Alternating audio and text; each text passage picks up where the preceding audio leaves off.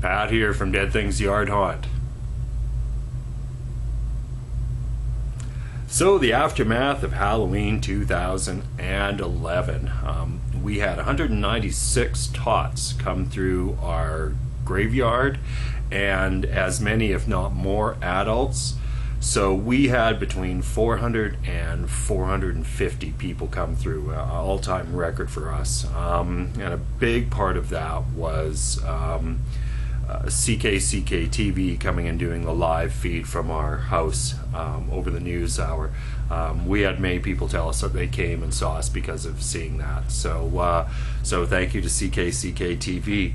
That being said, we got the crap kicked out of us Halloween on. My wife was so sick, vomiting on Halloween night. She couldn't even enjoy the festivities.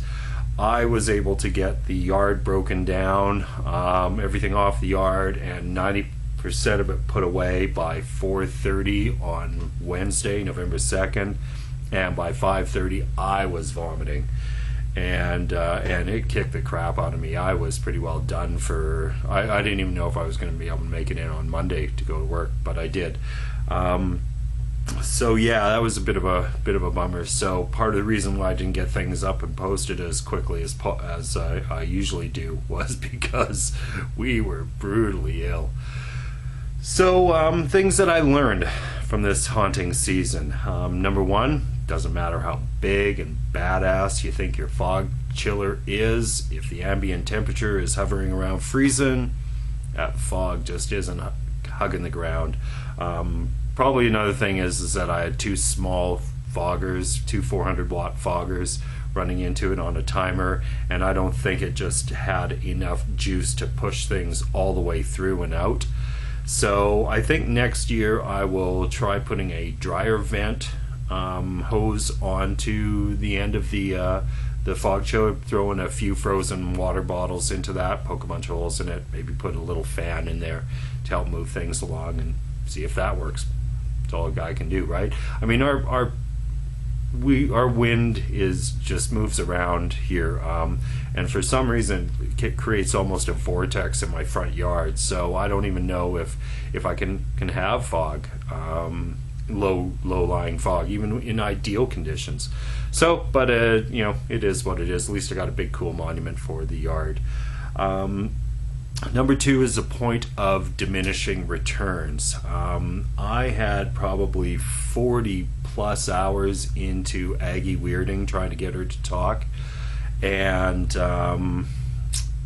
you know, at minimum wage, $8 an hour, you know, I ended up buying a Scary Terry board that cost me $45. You know, so when is it the appropriate point to cut your losses? That being said, I learned a ton that I wouldn't have learned if everything had gone smooth. You know, you learn more from your failures than you do from your successes, and that's certainly true with her. I know how to troubleshoot. My soldering is 100 times better. I know what to look for when things are not going right, especially where servos are concerned. So I learned a lot from her. You know, that being said, she was a pain in the ass. You were a big pain in the ass. The third thing that I learned is you get by with a little help from your friends. Steve Halstoff, thank you ever so much for, I mean, this guy helped me so much just trying to get her talking, and I think he was as frustrated as I was that she wasn't working. He answered every email that I sent to him, even though he was right in the smack dab in the middle of building his very extensive haunt. Check out his YouTube channel, Hallstaff. And yet, you know, he spent time trying to figure out what was going wrong with mine. So, Steve, if I ever meet you face to face, I owe you a beer. You know, the other thing is my buddy Sean, who came over, and we finally found out why even the Scary Terry board wasn't working. So I, you know, having him over here and help me out with that was absolutely priceless. He actually saved this prop for Halloween and made it the success that it was. And she will bring people back next year just to see her. We had people standing out in the front yard just watching her go through her routine over and over and over again. So that was pretty cool.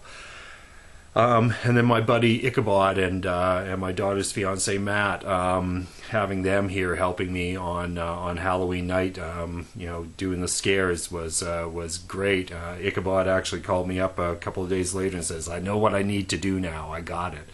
So we'll be able to work a little bit more on his costume. Because that stalk around, just people just totally loved him up on his stilts, and then Matt in the stalk around. It was really, really cool. So friends, God love them. So 100 subscriber contest. I'm almost at 100 subscribers.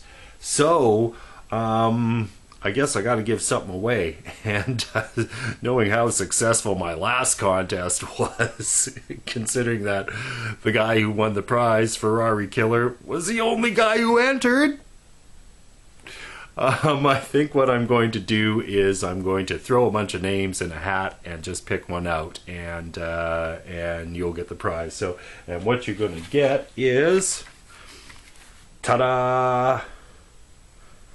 Halloween to Go, From Zero to Halloween Hero, by Dave Core. Very good video. That is actually what inspired me to take my some of my props to the next level, to work on 3-axis skulls, to do these types of things. Up until that point, basically all of my props were triggered off of a motion detector. All of my props were triggered off of a motion detector or off of a remote control. And so kind of everything went off when people came in, and then everything turned off, and it was him who kind of said, you can do it this way, and so it was very inspiring. So it may be a little basic for some people, if it may be a 101 class and you're already a master, but it's a good watch anyways.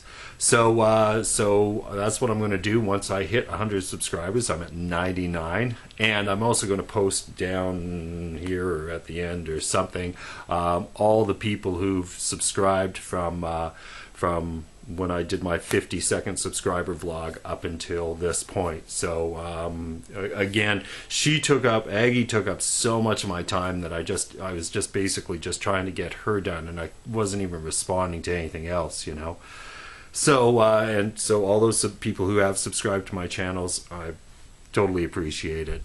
People who tune in to listen to me blather on about stuff, this thing that we love. I appreciate that very much. And then I guess the last thing is some sad news. Hauntcast is closing shop. R.I.P. Hauntcast. That is a shame, folks. We have definitely lost something special there with Chris shutting it down. I learned so much from that show. Just different techniques that people use, the different listening to the haunting gurus, listening to Shellhawk and the prop guys, whether it was Steve-O in the beginning or Dr. Morbius or Denny in the end, just absolutely inspirational. I learned about Pickaxe from Steve-O on Hauntcast. Johnny Thunder and Chris, I've watched movies, I've checked out graphic novels based on their reviews. And Jay, from Fright Guy from Grimlock, he was doing some excellent things. I checked out some of the stuff that he suggested on the web, and getting Wicked Ed Ganley on there. I mean, here's a pro haunter willing to give his knowledge free. I mean, you can't ask for that. And then of course Revenant. I bow to your kung fu, sir. He in and of himself that's going to be a huge loss to our community. So I don't understand why, what happened there. Maybe he should have just stuck with the pay for format, and you know, I mean, I had no problem spending $1 a month to watch it. I mean, I buy a cup of coffee, can't even get a cup of coffee for $1. So, you know, maybe things are too tight or whatever, but it is sad. We have definitely lost something very special there, kids.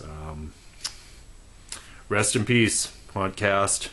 Hope you can find it in your blackened little heart to come back again someday. So other than that, I just want to thank everybody for tuning in and listening to me blab on about this stuff.